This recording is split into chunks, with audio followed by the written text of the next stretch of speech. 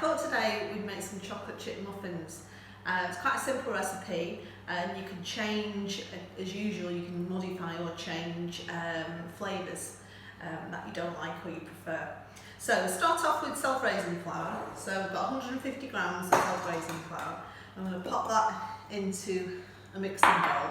And because I'm doing chocolate flavour, I'm going to put 2 tablespoons or about 30 grams of cocoa powder in. And it's quite important that you use cocoa, not drinking chocolate, because it doesn't have added sugar in it. Drinking chocolate has added sugar, and that might make your biscuits or cakes go a bit too sweet for a start, and it can change the texture. So I'm going to sieve those together, just because cocoa's notoriously lumpy. Okay, but you don't have to. If you haven't got a sieve, just stir it well and get any lumps out that you might have. Okay, so that's your first base. 150 self-raising, 2 tablespoons of cocoa powder, and then I'm going to add into that some about 60 grams of sugar. Now I'm using brown sugar because it gives the finished muffin more of a chewy, browny texture, a dense texture. But if you haven't got soft brown sugar or dark brown sugar, you can just use caster sugar. It's fine.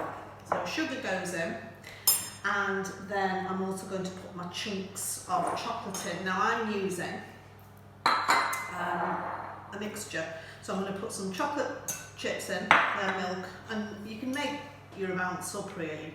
But all together you need about 100 grams. So I've put about 50 grams of milk chocolate, and then I've got a bar of white chocolate. You don't need to buy special chips, you can just buy a bar and just cut it up into chunks like I have done that. And I quite like them chunky anyway. I think you get quite a nice texture with it. That's stirred in, and that's your base. And then now we need to add a liquid. So we're going to first of all put 45 grams of melted butter, or you can use vegetable oil, which would be about 2 tablespoons. And that's just going to be poured in there. And muffins are different they've got different finish texture to fairy cakes, as you probably already realise, but it's more of a batter when it's uncooked. And then I'm going to put milk and an egg. So if you're confident at breaking your egg straight into milk, you can do. If you're not, if you think you might get shell in it, do it into a separate dish. Okay, and that can just get beaten together. Keep it in the jug. And I forgot to tell you that is 160 millilitres of milk and 1 egg. Some recipes call for yoghurt as well. You can use natural yoghurt if you prefer for different flavour. Now these are your traditional chocolate chip muffins or double chocolate chip muffins, but you might want to keep the chocolate out and change the quantity of flour, so just add those two together, so it'd just be over 200 grams of flour, and you can put fresh blueberries in, or frozen blueberries, mashed banana, nuts if you're not allergic to them clearly, and chopped apples, quite nice in there, poppy seeds, lemon rind, orange rind, the list goes on. You could do like chocolate flavour with orange rinds in, quite nice, that chocolate orange. And you could flavour your chocolate as well if you've got chocolate hanging around. Stick that in. Don't worry about stirring it too much. Muffins should be a little bit lumpy, and you can see from this mixture that it's quite runny, and that's what I call a batter. And so it's a bit more difficult to get into the cake cases unless you've got a jug like this, and then you can pour it. But you can tell you could get a bit messy putting it into the cake cases.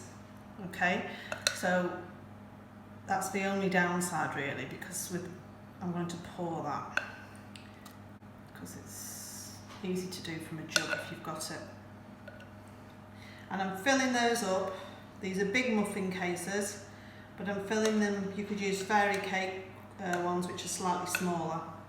And I'm filling them up about 3/4 of the way up. And this mixture, as you can see, there's lots of chunky chocolate going in there, will make about 6. If you find lumps of flour, for once, it doesn't matter. The big thing about muffins is if you over stir them, it could become rubbery, the final texture. So don't bother too much about them. They're quite a forgiving recipe. So from that quantity, if I scrape this bowl out, I should have 8 decent sized muffins. If they're a bit big for you, think about doing fairy cake sizes instead. Okay, and some of you will have silicone moulds which you can use instead of cake cases, which are fine. The oven has been on at about 200 degrees, quite a hot oven, hotter than fairy cakes, and it gives them a bit of a boost to the rise. If you want to, you can put some chocolate chunks on top, but sometimes they can burn. So if you're going to do that, I would advise you to do it halfway through cooking, or just when they come out of the oven, just pop them on top to make them look nice, because I've had it where they've burnt when you put them in from the beginning. They go in the oven for about 20 minutes. They're quite big, so they'll take about 20 minutes, and we'll test them after that. If the fairy cakes, remember, they're smaller, they'll take a shorter time to cook. Okay, and that's it. Right, these have been in for just about nearly 20 minutes, and I'm just going to test whether they're ready. So with a skewer or a knife, you can just pop and it comes out clean. It means it's ready. And you can tell anyway by looking at them that they're well risen. And if they were non-chocolate, they'd be golden brown. And you can just, if you don't burn yourself, but you can just poke them in the middle. If they spring back, they should be ready. These, I put some chocolate chips halfway through the cooking, and you can see they've gone a little bit toasty on the top. So I think it's better to just add them now and then just leave them to just melt and reset. So if you want to do that, you can do. You don't have to, but I have found that they do burn a little bit on the edge. So if they're in there for 20 minutes. So, and that is that. Just let them cool. Watch your fingers on the tins because it's hot. And that is it. I'm going to put some chunks of white on as well. And you could put flaked almonds, depends what you've got in the kitchen really. They're a bit big maybe, but I know people that will like those because there's lots of chocolate on them.